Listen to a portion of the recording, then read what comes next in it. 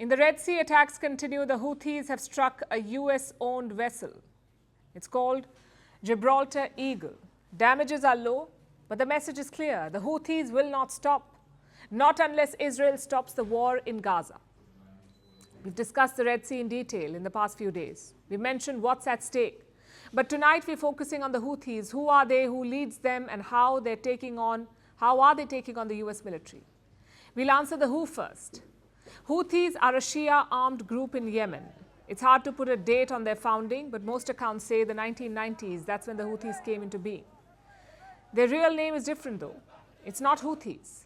It's Ansar Allah, meaning partisans or supporters of God. Their identity is crucial to their story. We know Shias are a minority in the Muslim world, but within Shias, there is another minority, the Zaydis. And the Houthis belong to that sect. They fight for and represent the Zaydis. But why fight at all?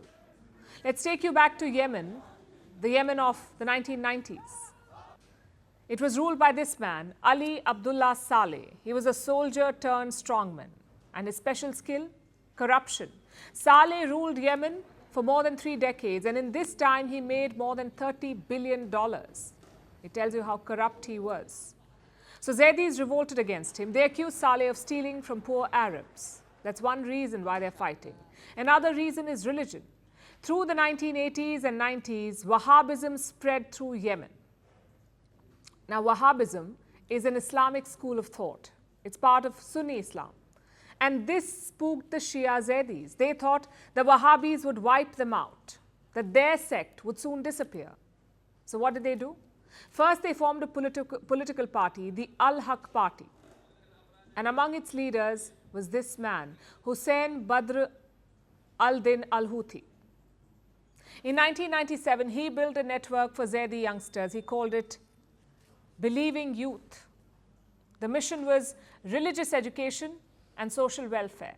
But soon that changed. In the 2000s, Abdullah Saleh aligned with America. He supported Washington's war on terror, even the invasion of Iraq. He supported all of it. And in return, he got plenty of aid money from the US. So the Zaydis were livid. Most of their youth had been radicalized. Their new slogan was death to America, death to Israel. So now Saleh cracked down. He launched military campaigns against the Zaydis. In 2004, Hussein al-Houthi was killed in one such strike. So the leader was dead, but his name remained. The Zaydi fighters soon came to be called Houthis. Their base is in northern Yemen. As a result, they often clashed with Saudi Arabia as well. In fact, Riyadh joined Saleh's crackdown. Together, they hunted Houthi fighters. But they could not win. Then came the Arab Spring in 2011. The Houthis eagerly joined the protests in Yemen. They managed to topple Abdullah Saleh. But you won't guess what happened next. In 2014, the allegiance shifted. Saleh's successor became a Houthi enemy. So Saleh and Houthis joined hands, and together they waged a civil war.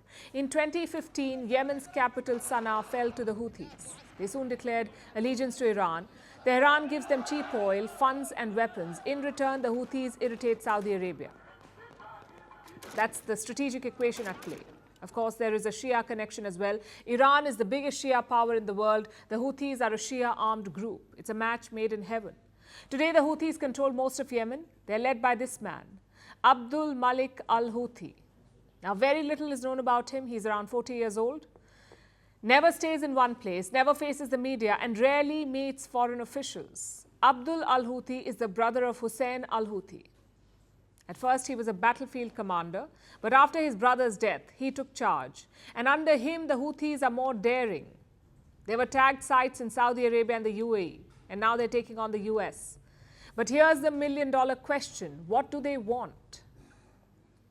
Right now, they want Israel to stop the war. But the bigger goal is this, to protect Zaydi interests in Yemen, to rule the entire country, and to take on Saudi Arabia and the UAE. Can anyone stop them? Well, your best bet is Iran. The Houthis have declared common cause with Tehran. They also get weapons and oil from Iran. But how much leverage does Iran have? It's a complicated question. Iran says their support is only political, that the Houthis do not have Iranian weapons. But let's face it, that's highly unlikely.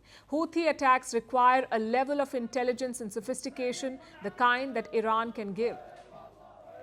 At the same time, it's not a remote-controlled relationship, meaning Iran may not command the Houthis. The leadership is different, the goals are different, and the area of operation is also different. It's not like Iran says stop and the Houthis will stop. It's a bit like the Taliban in Afghanistan. Many experts thought that Pakistan completely controlled the Taliban. But once they came to power, the equation changed. So my point is quite simple. Such relationships are very complicated. There are no rules here. Sometimes it's based on personal equations, sometimes on common enemies, and sometimes on religious ties. It's not a treaty alliance drafted by diplomats. Having said that, it may be the only option right now. Iran may not be able to control the Houthis, but at least they can talk to them.